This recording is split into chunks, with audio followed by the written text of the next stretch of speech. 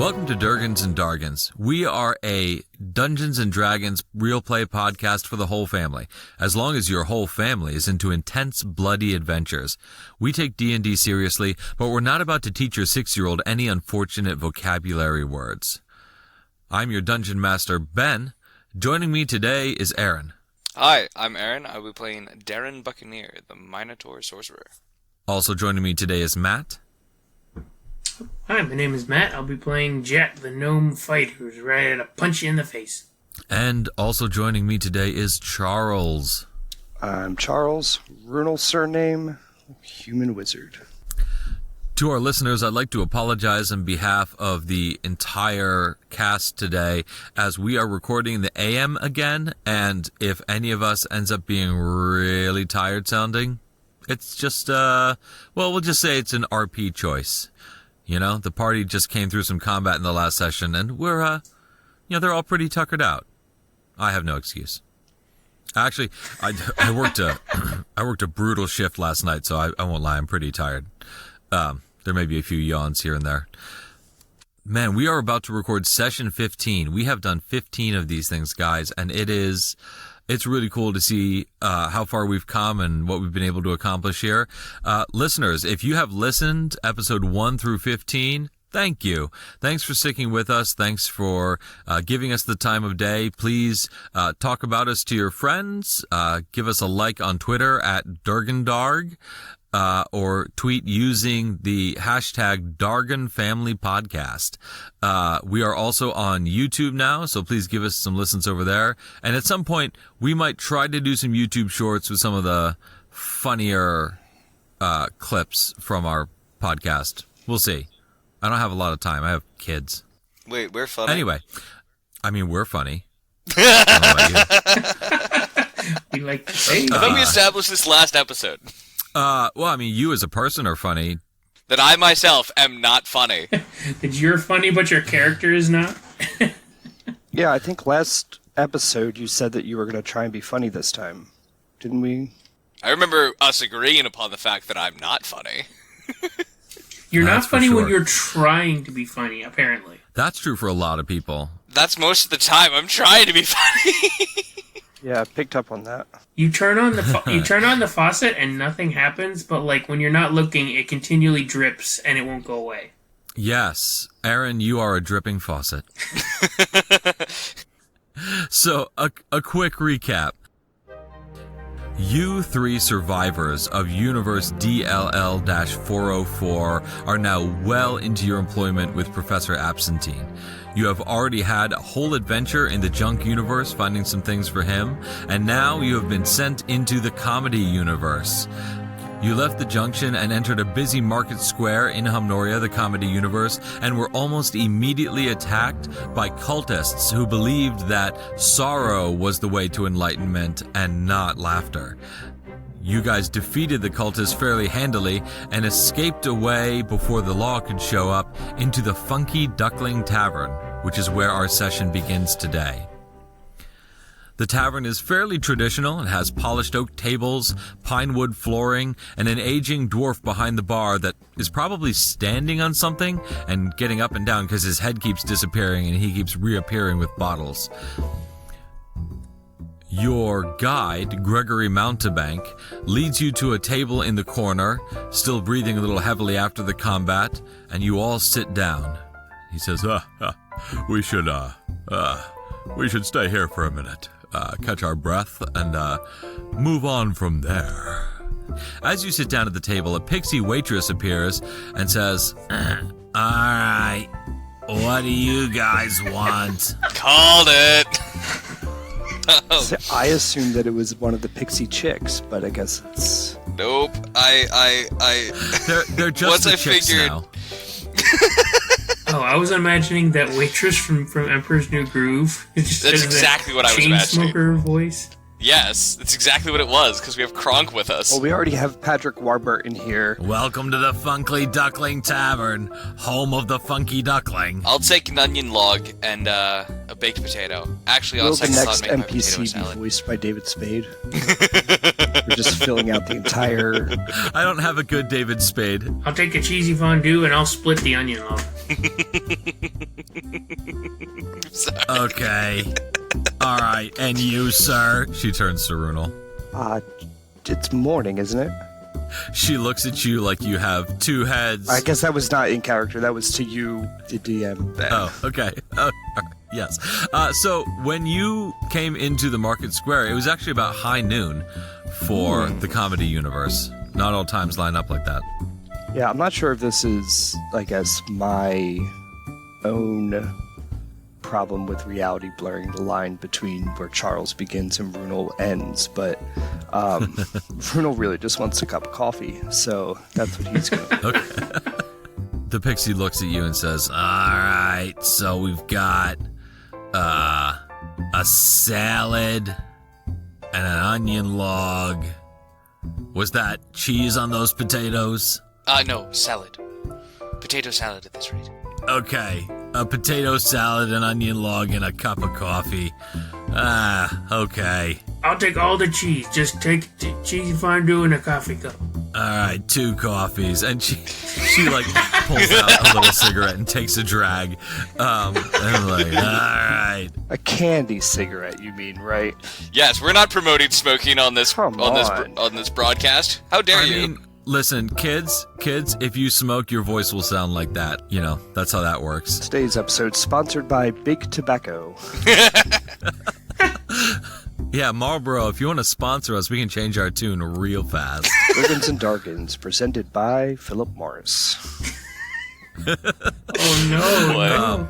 As she walks away, she like takes a bite out of it and starts chewing on the sugary candy. Yeah, well, all right, well... She still took a drag on it though, but it's still candy. Well, she's a pixie. Like, an actual real cigarette would just knock a pixie flat.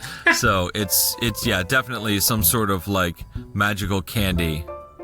So she looks at you guys and says, "Now, listen, you guys seem like you're not from around here. So the way this is gonna work is I am going to summon this food from the ether." And we need a little laughter to make it happen. So, I'm gonna tell some jokes and you better laugh. Oh no. So, what do you call a giant magic lizard who can't stop smoking? I'm sorry, what was your name? Oh, my name? I'm Susan. Yeah, that's my answer. Alright.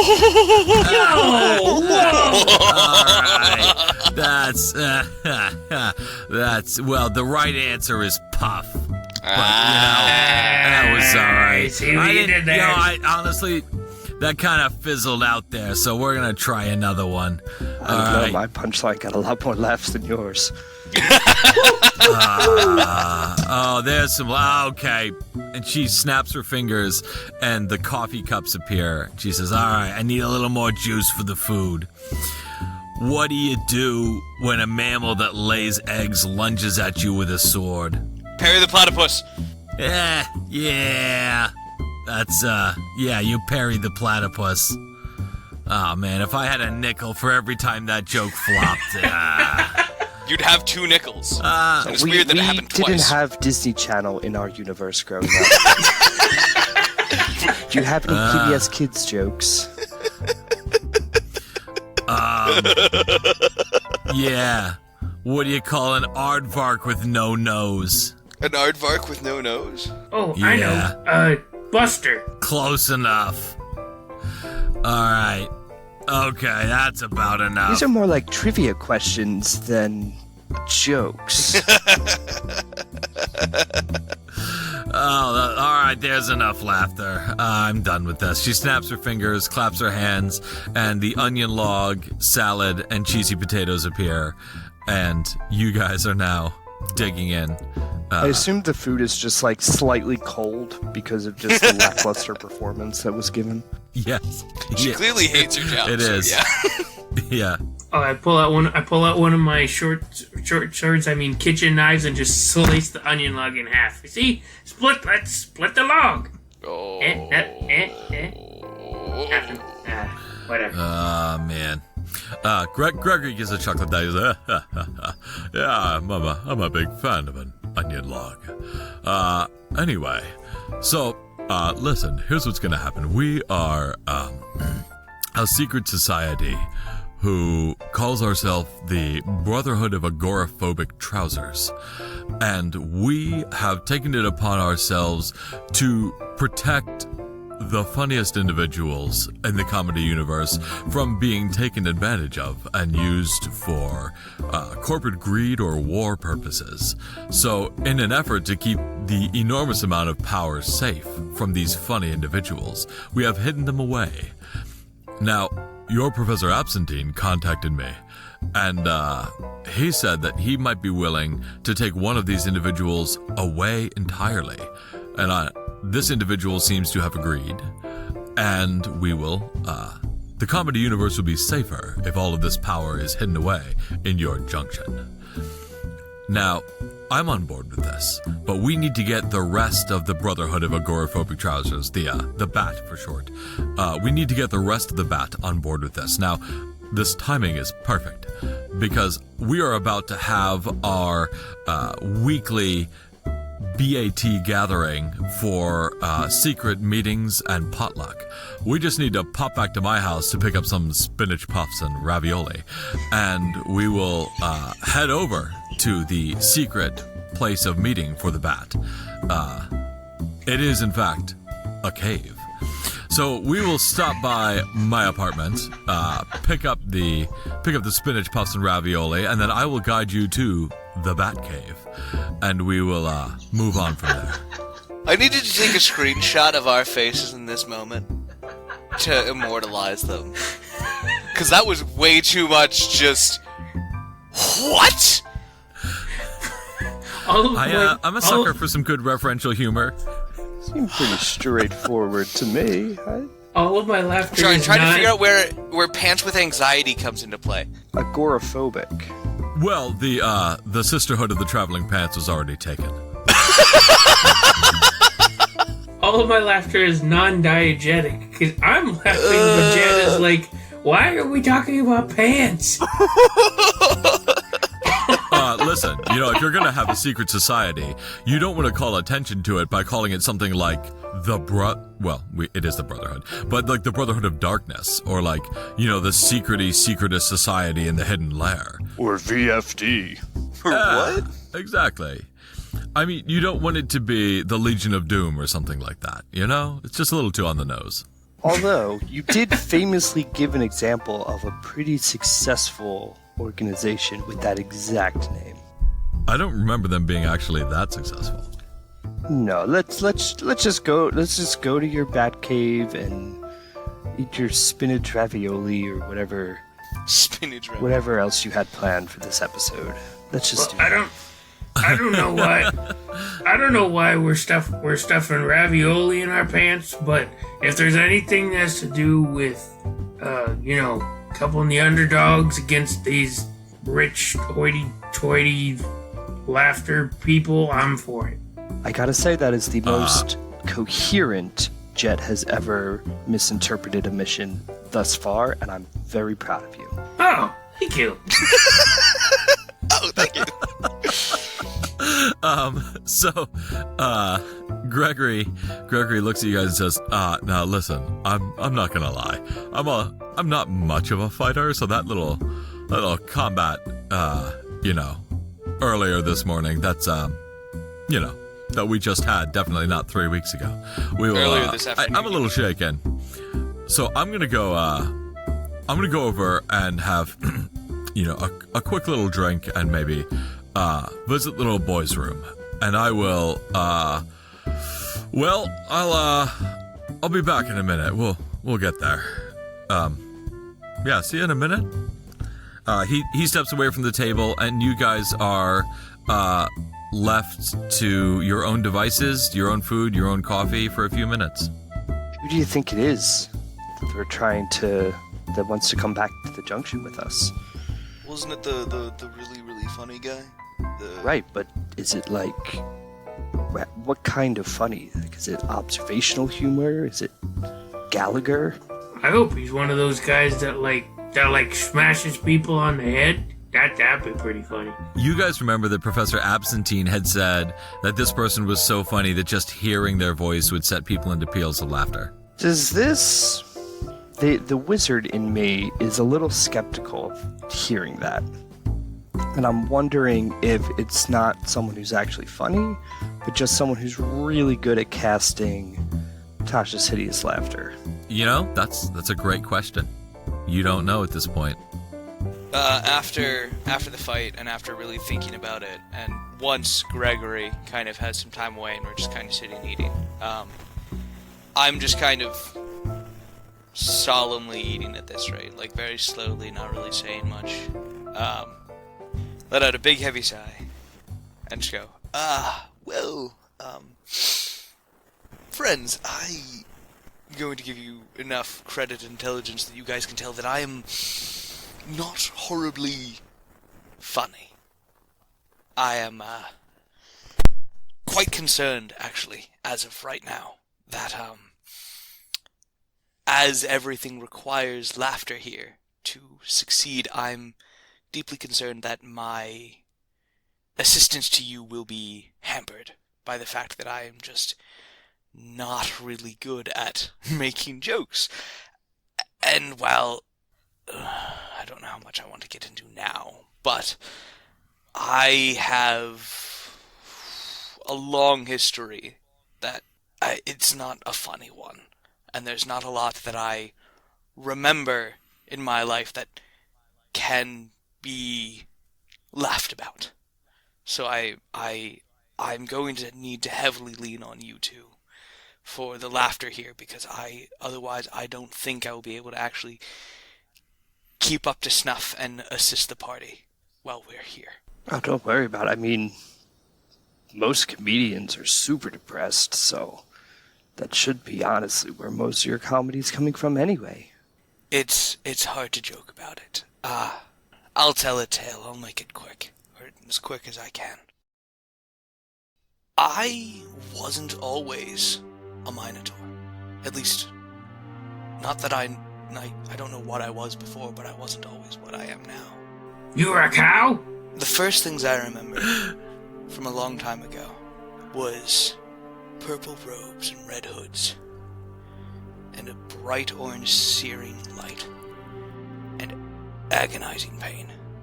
I woke up after that, lost in, I'll put it simply, a labyrinth.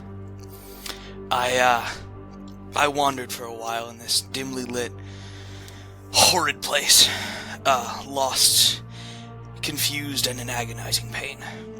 And then I found a stagnant pond. There was no water except for this place, and it took me, I had no idea how many days to find. And I rushed forward to look down into it, and I saw a horrifying face. My hands and feet were still mine, but my face wasn't. I saw a black iron mask of a bull with a gaping mouth and a dark black maw. The only thing in my face that I could call mine was my eyes still. After horror left me, I drank and tried to drown myself, and it didn't work. Something in me wouldn't let me do it. The adamantium skeleton? No, not quite. But then, after surviving on water for a good while, I don't know how long it was, there was a ceiling and a floor and walls. There was no sunlight there was just the light of these walls. They seemed to emanate a dim light. And I hungered. I hungered for a long time. There was nothing there to eat, only water to drink. And when I came to the brink of starvation, I started to lose my mind. And I heard in the dark, dank caverns a singing. And then a door swung, and I heard the bleating of a goat. In my hunger and in my madness, I slaughtered it. And I ate it. Raw and bloody. I still remember the feeling of blood pooling in that iron mask. And life continued like that for a while. Starvation over and over and over again, and then feeding. They would give me different things each time. They got progressively harder to kill. Elks, eventually, boars. Then eventually they started throwing down wolves. and I started to slay them all with such efficiency, and eat them all without hesitation. Eventually, they threw down a kobold. He was an easy enough kill. One swift throw into a wall and he was dead. Tasted alright too. Then they started to throw more kobolds, then goblins. And finally, a man. An old man. He was an easy kill too. Each time they dropped something down, the singing and the chanting continued. I have no idea how long that lasted. I lost track of how many times I fed. And then, one day, I learned their patterns, and I could hear the singing start, and I went to the trapdoor, before they'd even thrown anything down. And this time, I leapt forward the moment I saw it drop, and I snapped its frail neck, before I even saw what it was. And when I looked down in my hands, I saw a child. Something broke in me at that moment. Something snapped. Something burned for the first time in a long time. And I don't remember how, but I leapt through that trapdoor. And all I saw was purple and flashes of red. And I didn't stop until my hooves would stick against the floor of that cavern with blood. I stunk of iron and rot. And I slew them all. Every last member of that cult. I have no idea who they served. No idea what they wanted. But I killed them all. Then I ran out naked into the night. And I kept running. Until I found an altar. I had no idea whose it was. But I begged for destruction. I begged all night long for destruction until my eyes were blurred and blind. And then the dawn broke, and I saw light. My eyes were clear again, and I saw a man. No, I saw Lathander, and he spoke to me. And I still begged him to destroy him, but he said no. He said, "My child, Darren, do not seek your own destruction. You are mine, and I will not see you die. Die by my hand. I will redeem you. Follow my teachings. Do good and serve the weak. My promise will stay with you. Always remember me at each dawn, for I will always be with you with the rising sun." Yeah, thank you for saving this for the comedy episode. This was Had to bring it down a little bit. I've been dissociating for the past 5 minutes. Wow. Yeah, so I kind of figured, just in the comedy universe, this juxtaposition of everything needing laughter, but, if someone's not funny, why? I'm horribly unfunny. And now you know. So I don't have much to laugh about. Well, thank you for bringing us down with you. Jeez Louise, that's heavy. Sorry, I thought you were a cow. That was kind of rude. Well, based on appearances, I wouldn't blame you. Yeah, dang, man. I got turned into a cow. Can I go home now? Sorry. I'm sorry. I saw it and I couldn't miss the episode. That's great. That's great. Oh, man. You're excused. Dang, man, I've been through some rough patches, but, yeah, that's, you okay, man? I have Lathander, and I have redemption. And so I'm holding on to that, though it's why the lack of sun has been hitting me so hard recently, which is why I'm so happy to be here, in a sense, is that there's a sun again. Well, I feel like you were saying something like that, Ruben. I feel like most funny stuff, well, some funny stuff comes from, like, stupid stuff, but sometimes you just laughed at how messed up everything is. Like, what else can you do, man? I mean,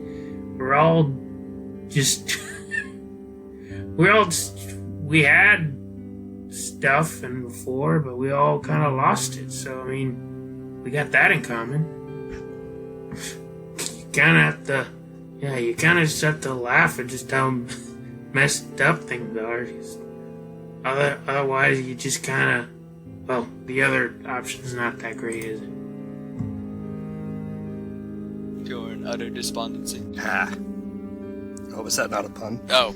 You said utter despondency. It wasn't intentionally a pun, but I'm gonna take credit for it.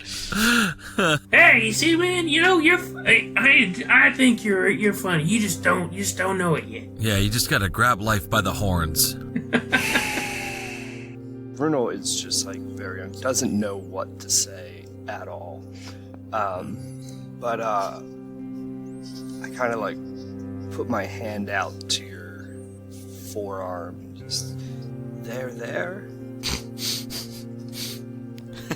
Appreciate it. No, but I say this only not as someone who needs comfort, but someone who just is wanting to explain. I need your help in this regard. I need your help to be effective and to do good. Especially right now when I am really struggling to make someone laugh. Well, we've had each other's back so far. I think we're a good team. Agreed. After that horrible confession and that show of support from your fellow party members, your fellow survivors, Gregory comes back and says, well, I hope I didn't miss anything particularly funny while I was away. Oh, you did not. That's me laughing out of character. I love to hear it. Anyway, if you guys are done with your coffee and onion logs, we'll head back to my place just to pick up those spinach puffs real quick.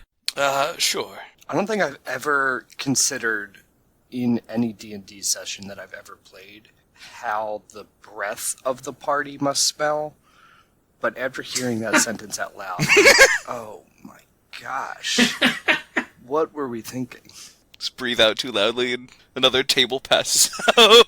And then Jet realizes that he's been drinking coffee mixed with cheese this entire time. Oh boy. Is that like putting butter in coffee? I don't even want to think about it.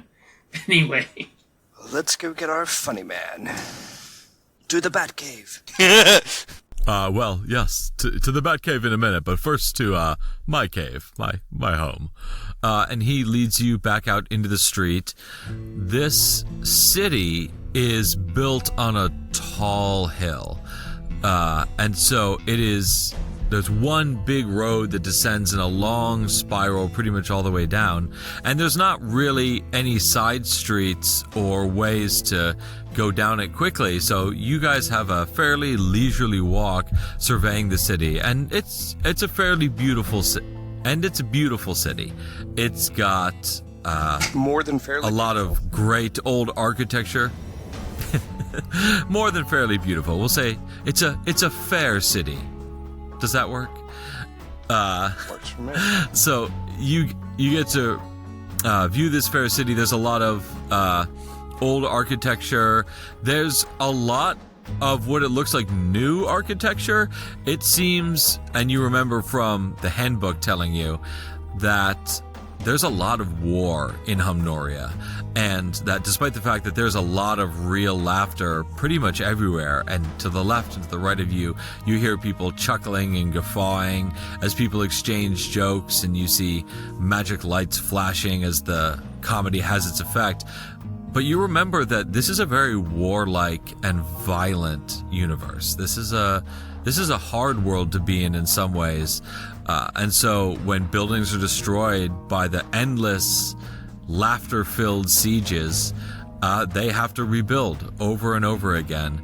And so you see some ancient architecture next to some very, very new architecture. And there's pillars and fountains and some beautiful young trees planted around. And it is gorgeous. And he leads you around this spiral about 2.5 turns until he turns into a small wooden door at ground level, and leads you into his home. It's very homey in an upscale sort of way. Open concept with a sitting room opening directly into a very extensive kitchen. It seems like he very much likes to cook. There's a lot of cooking implements there. Jet, you automatically track which ones are going to be the most effective for violence. And there's some nice couches against the walls, some brass oil lamps and sconces, some nice looking tile patterns on the flagstones of the floor. It's very nice. He walks in and heads straight to the kitchen and says, you just wait right there. I'll be right there. I have a magic cooling box in which the spinach puffs are being stored. He walks into the kitchen, gestures to the couches, and starts rummaging around in a magical icebox. What do you guys do? Do I see any kitchen tools nearby? Were they on? Yeah, he's got them scattered all over the counter. You see a very nice looking meat cleaver, as well as a large meat tenderizer. One of those like hammers with spikes on the edge. So a warhammer. It's basically a small warhammer. I pull out my dwarven thrower, and I hold that in the other hand. I'm like, not as big as mine. Okay. Is there a window in his, like, is there a there window looking out at the sun at all? There's a couple windows facing the street. The blinds are drawn right now, though. Okay, I just go to one of them and start peeking out the window, looking for the sun. Okay. Yeah, the sun is, it's about 1 p.m. now, so the sun is fairly high in the sky. It's burning bright. Gregory calls from the back and waves you over and says, hi, could I get a hand over here real quick? I have the hot mitts on and I'm having a hard time holding this thing. I got you. I go over and try to help him hold it. Whatever. It's like a tray. He's like a tray and he can't hold it. Well, as you are crossing the room, and honestly, Runel, even as you're standing in the more towards the doorway, and Darren, as you're standing by the window, you hear a thunk, and the entire floor of the sitting room falls away beneath you. Please, everybody, make an acrobatics check to see how you land. Boy, what is my acrobatics? That is a 12 for Runel. Oh, I have a +2. Cool. That's a 17. Runel, you take 3 falling damage. Darren, you manage to land on your hooves. 11. Jet, you take... Oh, also 3 falling damage. Which is absorbed by my armor of Spring-Heeled Jack. Oh. Brilliant. Runel's fall damage is absorbed by pain. He cleverly converts the impact of falling onto the ground into pure, unadulterated damage. Wait, I just realized. Yes? We're dropping into Yzma Krunk's secret lair. Maybe. That's, man. Wrong lever! He definitely pulled the right lever. Oh, so he intentionally dropped... Wait. Is Kronk not on our side? Ooh, intrigue. As you guys are dusting yourselves off in this trap room, you look around at your surroundings. It is a fairly simple stone-walled box the size of the room above it. But below you, you see a massive magical rune carved into the floor. Runel, you recognize it as the high elven symbol for absolute truth. Everybody make a wisdom saving throw. Oh boy, I have a -1 in this. Interrogation. That's an 8. Ooh. 3? That is a 22. All right, with a 22, Runel, the spell does not have its full effect. Darren and Jet, you are under a powerful zone of truth spell. You are now unable to lie. Runel, you can lie, but you will still have a fairly high DC deception check. But you can try to deceive. Gregory looks down at you from the edge of the kitchen and says, now listen, no hard feelings, guys. But we can't just take you straight to the Batcave and expect you to keep our little secret. So we must test your worthiness. We must, well, we have to know if you're good guys. Now, we're going to do this fairly simply. I am going to test to see if the spell worked. And if the spell has worked, I will ask you a few questions. And if you answer satisfactorily, I will take you to the Batcave. And you will be able to negotiate for the information of where is this most hilarious Hubert. So, the question. Out of your entire life, what is your second most embarrassing secret? And if it is truly embarrassing, I will know that you are telling the truth. So now, who's first? One of them is in this campaign. I know it, because he doesn't remember anything else. Second most... Specifically the second most. Honestly, it would be too cruel to ask for your most embarrassing secret. Everyone needs to keep their most embarrassing secret. So, it's a test, but we're not gonna, try to completely undo you. Oh, man. Oh, jeez. I have dark secrets. I don't have embarrassing secrets. And I just shared all my dark secrets. Yeah, but he didn't hear. I'll go first. One time, I was on a date, and it was a first date, and I was sitting, I had just gotten to the restaurant, and I was sitting, and I knew that the woman was coming into the restaurant soon, because she had told me that she had just arrived, and I see someone walking up towards me, who I assumed was my date, and I stood up, said hello, and I went to give the woman a hug, and she obliged. She hugged me, and she looked very confused, and as I looked up, I saw the woman who was actually my date walking towards me, and the woman I just hugged said, "Hi, I'm your waitress." To be fair, it was during COVID, and they were wearing masks, so I couldn't really tell, and they were around the same height, and there was not a second. Broke through the fourth wall there. Lord, ye gods, man, that's awful. Out of character, Charles talking here. Lauren, I apologize again. Oh my god! Oh no! Yeah, that 100% happened. Oh no! So you, all right. As we know, the COVID magical spell that disturbed people, it was a mild inconvenience, nothing crazy, right? Yeah, it was in our town for about a year. Everyone was covering 75% of their face. Oh no! Well, good. The universe is gone now. It's fine. Hey! Oh, my heart aches for you. Gregory laughs. Oh, my friend, that's awful. I'm so sorry that happened to you. I believe you. The spell has clearly worked. You just significantly lowered the DC of any deception checks that you will make because you just told a very true, very embarrassing story. And he looks at you and says, if that's your second most embarrassing, I don't want to know what the first is. You keep your secret. Who's next? I've done embarrassing stuff during this campaign. What have I done? How about the time you awkwardly tried to immediately evangelize to the... what was his name? Henry? Oh, Henry Harrington. That was pretty awkward. Oh, yeah. Wait, when did I do that? I don't know. You immediately started talking to him about Lathandar, and he was just like, Sure. okay, whatever. Yeah.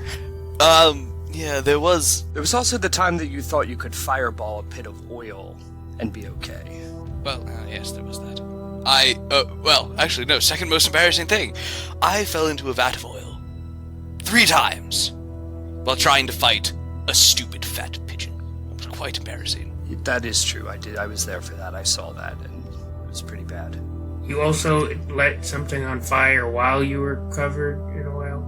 I know, we used prestidigitation before then. It was right after. I do like Jet and I are just like immediately bringing up everything Darren has ever done embarrassing. This is now our roast Oh session. no, we can help you out here, buddy. We can help you out. Let's go for it. Well, yes. I believe all of that. That sounds on brand for you. Oh. Thanks, man. And, you, Mr. Gnome, what is your second most embarrassing secret? Well, there was a few times I wasn't quite awake in the morning. I went to a job without my pants on, but that wasn't. I mean, it's going free and clean, right? But that didn't really bother me. You just have no shame, sir? Well, Is Jet intelligent enough to feel shame? oh, he feels shame. It just depends on what it's about. Most physical things, he doesn't really care. But, well, the one time I was a kid and I wanted to see my dad, and I went to go out in public, and I went to go, you know, you're a kid, you go give your dad a hug, and he had liked me a little bit before, but then all of a sudden he just walked away and point me and act like he didn't even know me, and he never saw him again. Yeah, and that was in front of, you know, all sorts of people, and yeah, I just kind of running away after that. Okay. Good lord, man. You know this is the comedy universe, right? Hey, man! I mean, I can't imagine anything sadder than that. Go talk to the cow, man. Sorry, I was expecting at the end of that to be like, yeah, it wasn't even my dad. I'm sorry. And he says, now, listen, I won't lie. When you fell, I saw that you had a interesting lower back tattoo, and I thought maybe there was a story there, but yeah, that sounds incredibly embarrassing. Well, hey, don't you go, don't tell nobody. It's I'm not me anymore. That's the most embarrassing scene. It's the most embarrassing scene. Sorry. I'm sorry. I believe you now. Now, for the more official questions. Do you swear that your purpose here is to remove Hubert from this entire universe? Yes. Yeah. Yes. Excellent. And do you swear that you will not reveal the location of the Batcave to anyone else in this universe or any other? Not willingly. What he said? Yeah. Yes. Yeah. No, I have no. I'll be honest with you. I don't even know anyone here besides you, so I have no one to tell. That's fair. All right. Do you swear? No, not on the podcast. That's right, listeners. No unfortunate vocabulary words. We are true to that. So he says, all right. I believe you. And he tosses down a rope ladder from the kitchen and allows you guys to climb out. He didn't even finish his question. I'll be honest. That was the question. Do you swear? Do you ever use unfortunate vocabulary words? No. Never. You are under a zone of truth spell, sir. Yes. Well, Darren's under the zone of truth spell. Yes, Darren and Jen are. Yes. So, you guys are able to climb out just fine. You climb up into the kitchen. He starts pulling on a pulley system, and it raises his floor back into the tile pattern. And he lifts up a bag that clearly has some casserole dishes in it, and says, "Well, I was not kidding about the spinach puffs. That's half of why we were here. So let's go. Follow me." And he leads you down and around the city, and it's a while walking, so it's starting to be early evening by the time you reach the large city gates. There are guards on either side, but the gates are standing wide open, and they let you pass unchallenged. He takes you outside the city, down a wide stone-paved road, and he hangs a left past a grove of trees, and there is a large kind of suburban villa that has some beautiful pillars on it and a big wide porch out front. And he takes you not to this house, but around behind the house and into another copse of trees. And in that copse of trees, he pulls aside a couple of bushes, and there is a stone door. He presses his hand against a circle on the door, and it swings open silently. You guys enter it, and he lights a torch. You see a steep, winding stone path with a deep precipice on either side, leading down to a massive circular tower of stone with even deeper precipices on all sides of that. And in the middle of that tower of stone is a circular table surrounded by stone chairs filled with people wearing long-nosed masks with terrifying, cheerful smiles painted on them, and all wearing bright yellow robes. I am really uncomfortable with how culty this feels. Do they look like owls by any chance? No, they do not. Gregory looks over at you, Darren, and says, "Now, listen, not every secret brotherhood is a cult, but you can't be a secret brotherhood if you don't have robes and masks. I mean, come on, right?" And as he comes down, he pulls out of his pack a robe and a mask, and he fits them over himself, and he leads you down this stone passageway, and you come to the bottom. He sits at the one empty seat at the table, and every one of those masks turns to look at you. Someone wearing a slightly more ornate mask than everyone else addresses you and says, "Well now, you are the delegation from Absentine?" Yes. Good. Most excellent. Brother Mountebank, have you put them through the test? He replies, "Yes, sir. They passed with flying colors. They are here for the purpose that Absentine told us about." And the president of the secret society turns to you and says, "Well, it is good to hear that, and this serves our interests quite well. However, this is not something that we can simply allow without, a certain quid pro quo. And we have a favor in return for our favor. This information that we possess of the location of the funniest man is perhaps too valuable just to be given away. But we will not ask much of a price.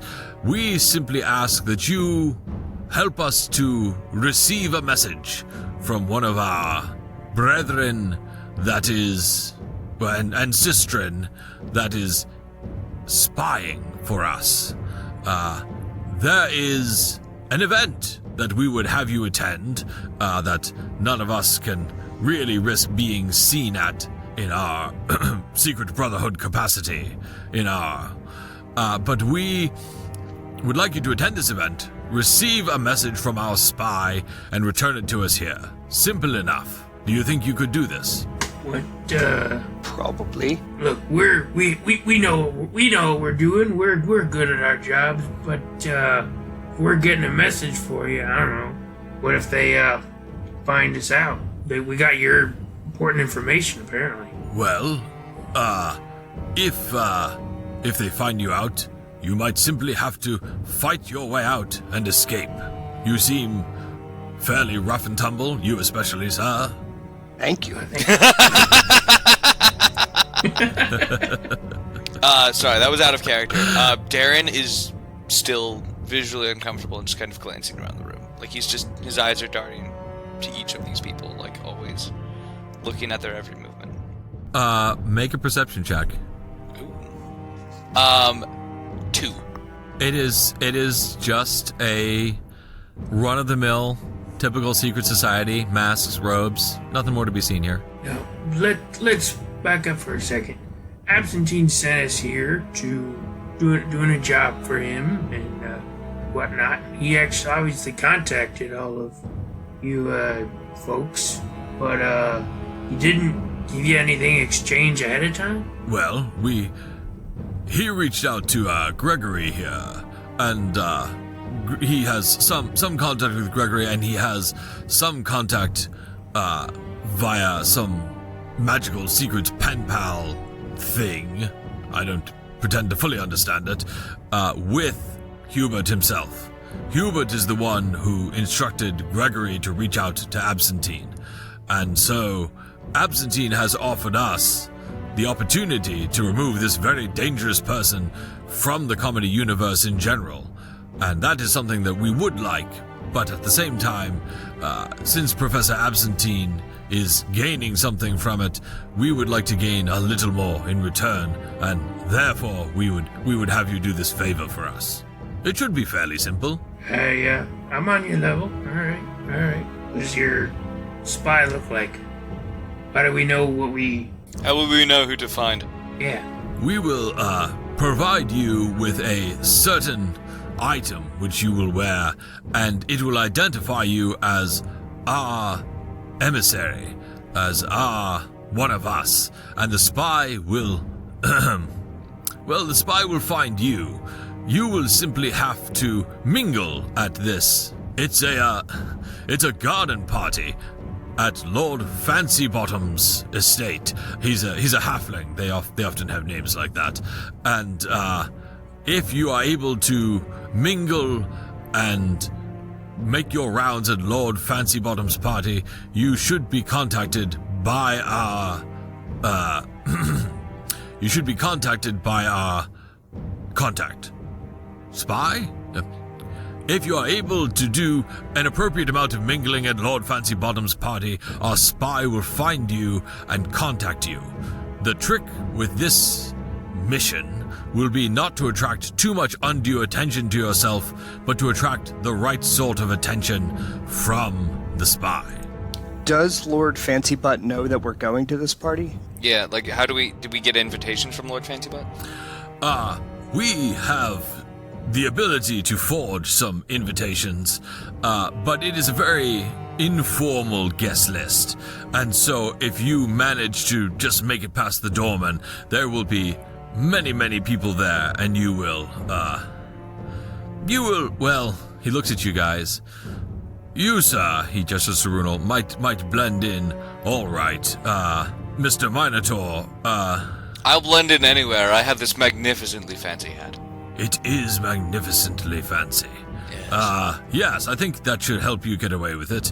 And you, Mr. Gnome, I think, well, with a little cleaning up, you'll be all right. Perhaps you could be,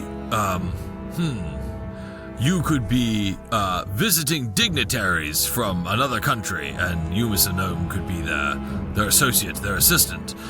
We will help to provide you with party wear, so you will not have to wear your working traveling clothes. Is this going to be a large event? Like, does Lord yes, Fancybutt know everyone on the guest list? Mr. Fancybottom, Lord Fancybottom. Won't Lord Fancybottom notice two people that he doesn't know? Like, does he know everyone on the guest list already? It will be a very large event, and if you are, perhaps if you are traveling nobility from perhaps the other side of the world, you could simply say, we are here because we heard this is the place to be, and just wave a general invitation. Does this seem like something you would be suited for? No, but it doesn't seem like we have any choice. That's the spirit. Yeah, I think we could do this. Is there anybody any enemies we should watch out for when we're out here? Anyone we don't want to rub shoulders with? Sounds like the answer's no. Everyone's friendly. We will have no worries. No combat whatsoever. I would say look out for the green hats. They function as a sort of police, but they are on the take from Lord Fancybottom and will function as his informants. So I would say if you see someone wearing a green hat, no matter how ornately dressed, they are someone to not attract the attention of. Are you ready and willing to undertake this?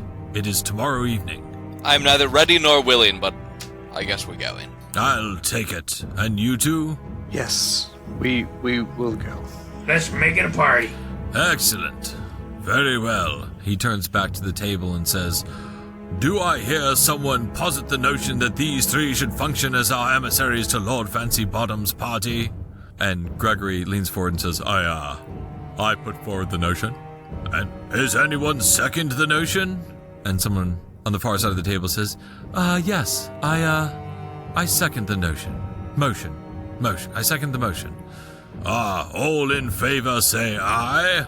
And there's a chorus of ayes, aye. This episode brought to you by the letter I. The president turns to you and says, very well then, you have been commissioned. You shall be the fellowship of the joke. Keep it secret. Keep it safe. Brother Gregory here will take you to a place where you can procure party wear, and I here will supply you with these. And he stands up and walks over to you guys, and he gives you each a very ornate jeweled necklace. And it is, it just looks like a super fancy piece of jewelry, but it has a pattern on it that looks vaguely like a closed mouth. And he says, this is a variety of the symbol of our order. We are looking to, to keep the mouths shut of those who would use laughter magic for evil. And he hands you each of these and says, wear it with your party outfits, and it will identify you to the spy as being one of us. We're just dripping in necklaces. We've gotten like 4 different necklaces. Yeah, seriously.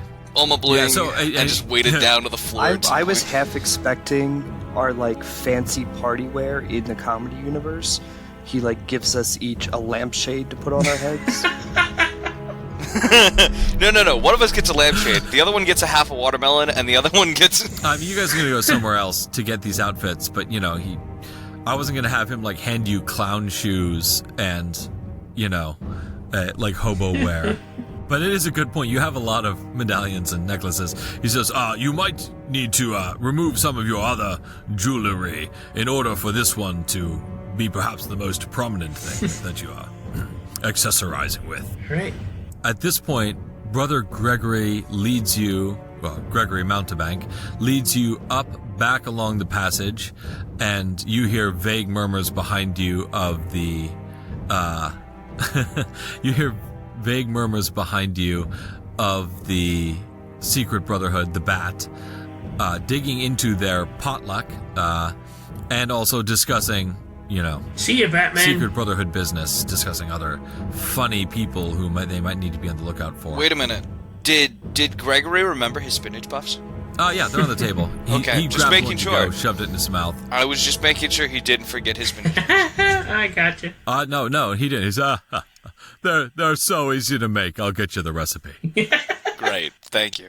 So he leads you back up and out of the secret lair, the Bat Cave, and leads you back towards the city. And just in the outskirts of the city, there's kind of one of the small villages that dots the surrounding area, the suburbs of the city, if you will. And he leads you up to a shop that has a sign outside the door that says Patterns and Prince Party Wear. Prince spelled Prince. And he sees that there's the open sign on the door despite the fading light. Is it's spelled out with the 5 letters, or is it just that symbol? All right, folks, I think for the sake of time, we're going to cut this off there. We're going to have another little kind of mini episode that I hope to post in a week or two. ish. We're going to record that in a minute, but for now, thank you players for being great players. Thank you listeners for being great listeners. And as always, thank you to my wife for letting me play D&D as a hobby. And thank you to Kevin MacLeod for the great music that we used in this episode.